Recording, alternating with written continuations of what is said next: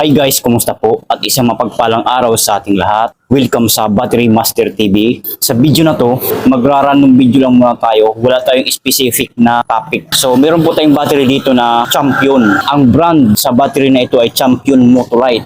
Low maintenance. Ayan po. Dry charge, low maintenance. Ano po ba ibig sabihin ng low maintenance? Yun po yung tinatawag na di tubig kung tawagin. Sana nag-gets niyo po ang ibig kong sabihin. So itong battery na ito ay may capacity na 50 amperes, 12 volts, low maintenance nga. Sinabi ko, ibig sabihin, di tubig kung tawagin. Ito yung mga battery na maganda dahil pag once na wala na sa tamang level ang tubig nito or electrolytes, pwede mo siyang dagdagan o bantuan ng distilled water. Distilled water po. Unlike dun sa mga maintenance free na battery ay disposable. Kasi pag once na ma-meet na nila ang 2 to 3 years, i-dispose na po talaga yung mga battery na yon. Dito, itong low maintenance, pagka-alaga mo lang ito sa tubig, alagaan mo lang siya, i-check mo tuwing 3 months, 6 months, depende po, wala po siyang specific na months. I-check mo lang yung tong 6 na butas, 6 na takip, buksan nyo, kumuha kayo ng flashlightan nyo, i-check nyo yung status ng tubig na yung baterya. Kung wala na sa tamang level, dagdagan nyo ng distilled water po. Distilled water. So, maliwanag po ang aking pagsasabi ha. So, itong battery na ito ay sa ating customer, ito ay ipapacharge lamang niya. Kami dito sa aming pwesto, nakasanayan na po talaga namin na bago namin i-charge ang isang baterya ng ating customer, ng aming customer, chine-check muna namin tong tubig ng isang baterya, yung butas na yan. Chine-check namin, binubuksan po namin yan para ma-check natin na maalagaan yung ang baterya ng ating customer. Hindi po ako basta-basta nag-charge na hindi ko chine-check ang baterya muna. Chine-check ko muna talaga kung anong kondisyon nito. Atin itong i-battery tester or battery analyzer ang ating gagamitin. Ito ang itsura. Yan. Maganda kasi itong battery analyzer na to kasi all-in-one siya. Pwede siyang gamitin sa CCA, battery health, tsaka charging, kung ano ang performance, tsaka ang voltahe, pati alternator, pwede po ito i-check. So maganda po ito. Hindi lang ito basta na battery tester lang. Maraming purpose. So ikabit lamang natin siya dito sa negative. At dito naman sa positive. Ayan. As you can see ka master, ang reading sa voltahe ng battery na ito ay 12.4 or 12.49 volts. So kulang siya ng karga, kulang ng 0.2 volts para maging 12.6. At masabi natin full charge ang isang baterya. Kasi ang standard na karga sa isang baterya bago natin masabi na full charge, 12.6 po talaga. So yun ang full charge sa isang baterya. Pero hindi pa po dyan nagtatapos ha. Porkit mataas ang voltahe na isang baterya, okay na kayo, ayos na. Palagi na ang loob nyo na malakas ang baterya, hindi po. Kasi maliban dito sa voltahe, i-check pa natin yung kanyang CCA, yung cold cranking amps or cold cranking amperes dito sa baterya. Para po sa mga hindi nakakaalam kung ano po ba ibig sabihin ng CCA. So ang meaning ng CCA ay ang C, cold, ang C ulit, cranking, ang A, amperes.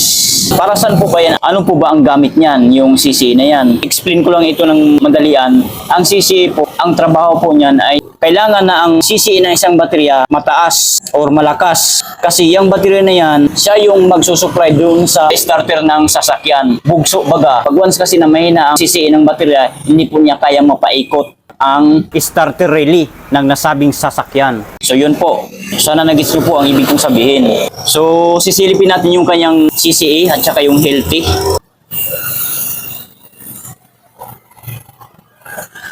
So bawasan natin yan. I-set up natin ng mga 500 amperes.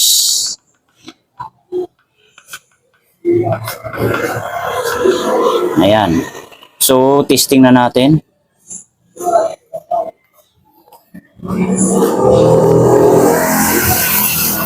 Ayan, ang nakalagay po dito ay replace. Ayan, kung mapapansin nyo, replace. Din ang kanyang CCA ay 280 na lang CCA. So hindi na po talaga mapaikot ang starter relay ng sasakyan. Tapos yung kanyang light indicator ng battery analyzer nagkakulay pula na. So nagpapahiwatig na sira na tong battery na to.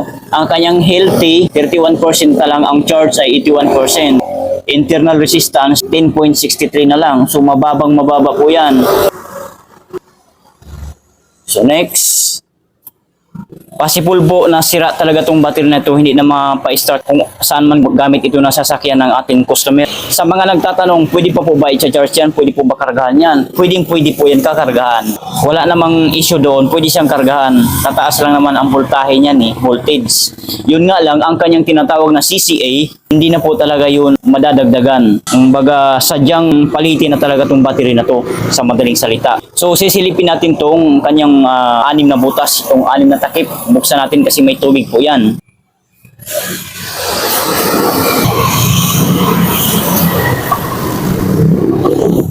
Buksan lang natin ito.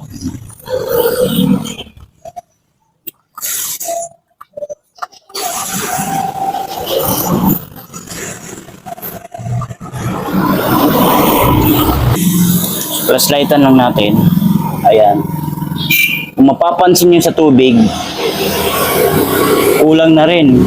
Wala na sa tamang level ang sukat ng tubig. Ayan, kung mapapansin nyo.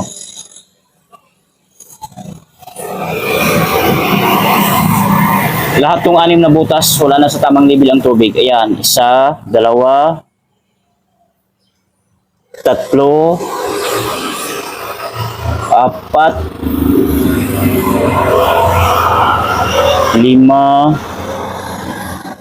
6. Lahat po yung mga yan, butas na yan ay wala na sa tamang level. So, sa mga nagtatanong naman kung pwede po bang dagdagan yan ng distilled water, pwede po. Pero, hindi na po talaga kaya mapa-start ang sasakyan yan kung sa starting purposes para sa sasakyan nyo gagamitin. Hindi na po talaga yan mapa-start kasi mababa na po ang CCA. Kung sa mapang ilaw-ilaw, pwede po ito, pero mahina na rin. So, sadyang palitin na talaga ang battery na ito. So, dahil ipapacharge ito ng ating customer, i-charge lang po natin. Sabihin ko na lang mamaya na kung gagamitin nila ito, kung gagamitin mo ito sa starting purposes ng sasakyan, hindi na po ito mapa-start. Kahit i-charge pa natin ito, voltahe lang po ang tataas nito, pero yung CCA hindi na tataas yun. Sira na po talaga to. Kasi request ng ating customer na i-charge lang daw. So, i-charge natin ito. So, yun lang. Sana nakatulong. Kung nakatulong, please give me a thumbs up. Pakishare na rin sa inyong mga friends, kakilala, kung sa tingin mo na matutulungan ng ating video. And huwag kalimutan mag-subscribe sa ating YouTube channel, Battery Master TV. Bye!